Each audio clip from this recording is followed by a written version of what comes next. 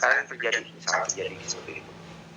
Yang akan datang portofolio dalam bisnis, prediksi, perspektif gitu. Ya. Makanya dimensi bekerjanya orang akuntansi ini ada 3 waktu ini, masa lalu, masa sekarang, dan masa yang akan datang.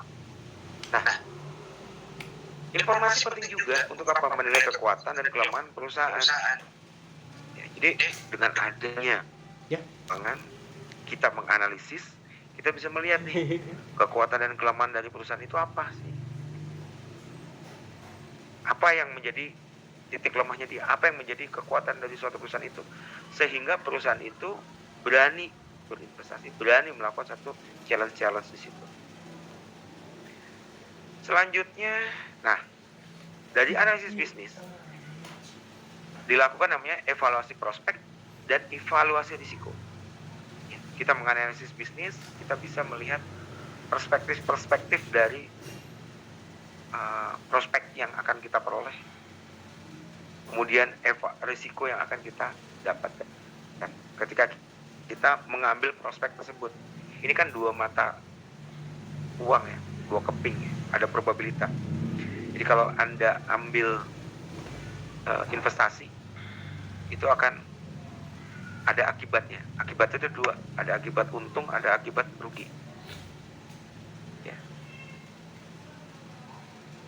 Jadi semakin tinggi investasi, semakin tinggi laba. Semakin rendah investasi, semakin rendah risikonya juga.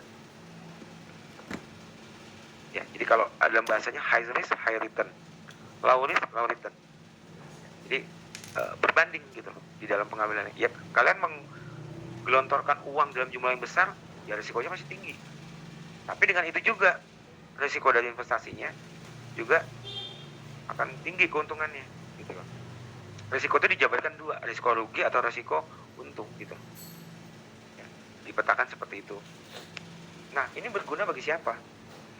Pertama, bagi si pengambil keputusan. Dengan adanya analisis bisnis ini, maka menimbulkan informasi yang diberikan oleh segelintir orang atau segelintir pihak. Yang pertama, kita bisa melihat dari investornya. Investornya seperti apa? Ya, kita ngelihatnya. Oh, ini untung saya mau menanamkan modal nih, saya mau untuk membeli sahamnya, tapi saya ngeliat dulu nih prospeknya seperti apa, risikonya bagaimana ketika saya untuk challenge untuk berinvestasi di sini. Kreditor, dia membiayai bisnis Anda gitu loh. Nah, dengan membiayai ini seperti apa yang akan dia peroleh di dalam peruntukannya? Itu akan berbeda juga. Nah, selanjutnya apa lagi gitu loh. Selanjutnya ketika berhadapan dengan yang namanya manajer. Manajer juga butuh informasi terkait dengan prospeknya, dengan bisnisnya. Untuk apa? Untuk pengembangan, sustainability. Perusahaan perlu berkembang ke depan, nggak hanya stuck gitu loh. Nah, direktur selaku pihak-pihak pimpinan yang memang untuk mengambil satu keputusan itu membutuhkan analisis bisnisnya. Dia menjual perusahaannya, mempertahankannya, ekspansi, pengembangan, dia butuh analisis di sini. Nah, kemudian ada regulator, pemegang kebijakan. Dia akan melihat nih, waduh, perusahaan-perusahaan Indonesia ini rasanya pada mengalami banyak kerugian. Ya, saya nggak elok kalau pajaknya ini akan saya tinggikan gitu. Ya, maka ada yang namanya pajak UMKM kemarin itu diturunkan kembali gitu ya tarifnya. Kenapa? Ini regulator melihat keadaan ketika investasi itu sudah mengalami permasalahan, mengalami titik yang terendah gitu. Maka jangan juga investasinya rendah, pajaknya dikeber tinggi. Nah, itu akan menyulitkan ya di dalam dalam siklus bisnisnya. Karena namanya bisnisnya terus ya berkembang ya. Kalau nggak ada investasi juga susah juga gitu loh. Tentunya nggak akan ada yang bisa diperoleh di situ gitu. Nah, kemudian external auditor atau yang dikenal dengan akuntan publik, ya, dia bertanggung jawab juga. Dia punya kepentingan di situ untuk menilai dari kinerja perusahaan yang akan dipublikasi pada pelaporan yang dibutuhkan oleh pihak-pihak yang di atas tadi. Nah, kemudian ada pekerja pekerja juga berhak tahu dong bahwa dia bekerja di perusahaan itu kondisi perusahaannya seperti apa. Jangan dia bertaruh banyak, dia taruh kemudian loyal gitu kan, ternyata perusahaannya anjlok gitu. Nah ini jadi sesuatu yang membahayakan. Nah kemudian lawyer atau pengacara juga berhak tahu ya terkait dengan perusahaan, kondisi perusahaannya, karena namanya perusahaan itu pasti didampingi dengan namanya pengacara-pengacara yang siap membela dia di jalur hukum. Ya namanya perusahaan itu pasti berbenturan dengan stakeholder gitu, baik itu dia nanti terkait dengan labanya yang ditahan, kemudian terkait dengan keadaan dengan tuntutan-tuntutan publik, di mana publik itu banyak menuntut terkait dengan imbal balik perusahaan tersebut. Ya, jadi banyak ini risiko-risiko yang memang ditanggung perusahaan sebenarnya ketika dia beroperasi. Ya. Nah, ini menjadi pertimbangan-pertimbangan kenapa analisis bisnis itu menjadi penting untuk disampaikan di dalam ya, investasi atau di dalam bisnis. Nah, aktivitas bisnis ya terdiri dari beberapa hal. Yang pertama adalah kita bisa lihat kompetisi, ya, persaingan antar produk, antar perusahaan di dalam negeri, lokal, nasional maupun di luar negeri atau internasional. Nah, kemudian ada permintaan pasar, demand. Yang gimana nih permintaannya terkait dengan ini? Ini akan menentukan juga yang namanya hasilnya. Penjualan itu akan tinggi atau rendah, dia akan melihat dari permintaan pasarnya. Nah, kemudian distribusinya benar apa enggak dari perusahaan itu. Ya, kalau misalnya enggak benar, ya otomatis akan mengganggu gitu loh kinerja dari perusahaannya. Nah, kemudian kinerja manajemen. Ya, manajemen ini juga ikut jadi perhatian. Karena manajemen itu sentral, ya. Dia pengelola. Kalau pengelolanya nggak bagus, strateginya nggak bagus, yang terjadi adalah perusahaannya juga akan bangkrut. Peluang menjadi suatu variabel yang bisa menentukan maju atau mundurnya suatu perusahaan. Challenge, seperti saya bilang tadi, perusahaan ini tertantang nggak untuk lebih besar? Berani nggak dia keluar dari zona nyaman? Nokia nggak mau melakukan itu. Kenapa? Dia berasa di zona nyaman, merasa bahwa ya saya hidup untuk selamanya dengan reputasi HP yang saya buat, dengan produk yang saya jual. Saya bisa menguasai. Dia merasa pongah, merasa sombong, merasa bangga, dan akhirnya tidak tertantang karena berasa menguasai dunia. Akhirnya nggak selang berapa lama, hanya butuh waktu sekian tahun, Nokia itu dilibas oleh BlackBerry, kemudian dilibas juga oleh Android. Kesini-sini Nokia sudah tidak kedengar lagi suaranya, nggak ada lagi modelnya. Dia major tapi sudah telat dengan Microsoft, dan akhirnya tidak mampu bertahan, mengalami chapter 11 atau kerugian di dalam bisnisnya.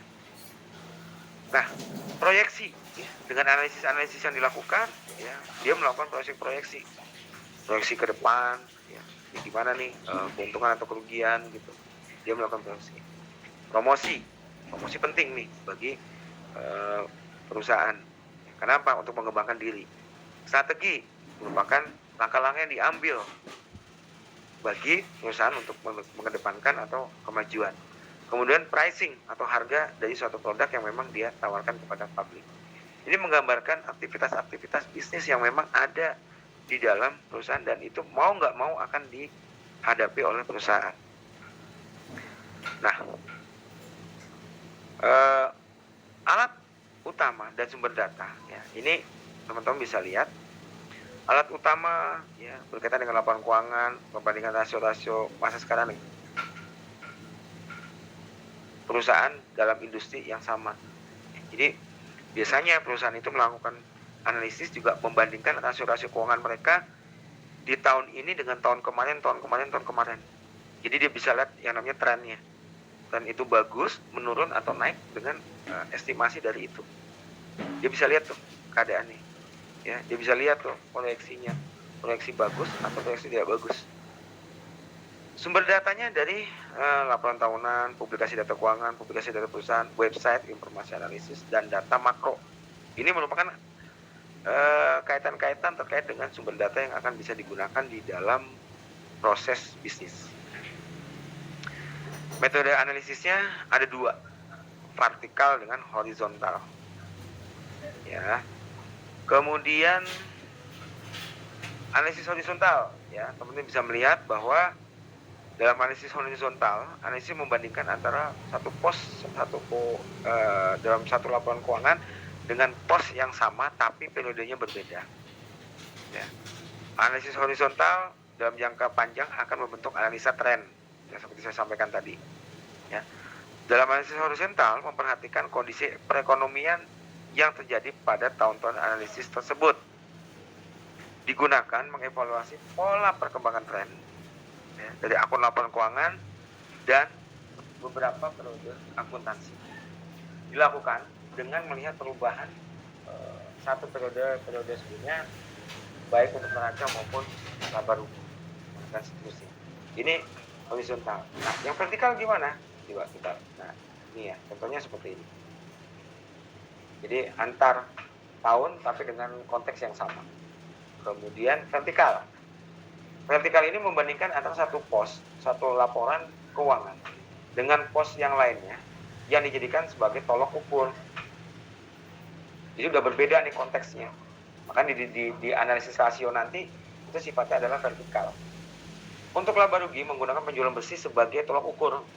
Untuk laporan neraca menggunakan total aset sebagai tolok ukur. Nah, ya, jadi dia melihat nih dengan dua hal yang berbeda, penjualan bersih dengan aset ini berbeda gitu konteksnya. Nah, ini selanjutnya ya teman-teman ya. Ini terkait dengan jenis analisis dan teknik yang akan kita simpulkan nanti pada rasio-rasio keuangan ya, kita dengan kredit, titik impas yang akan kita ketemukan di pembelajaran yang selanjutnya. Oke, ya itu mungkin deskripsi singkat dari pembelajaran kita pada malam hari ini. Ya, mungkin ada yang mau ditanyain menurut teman-teman sebelum saya absen? Atau saya absen dulu? Nah, yang saya panggil tolong nyaut ya.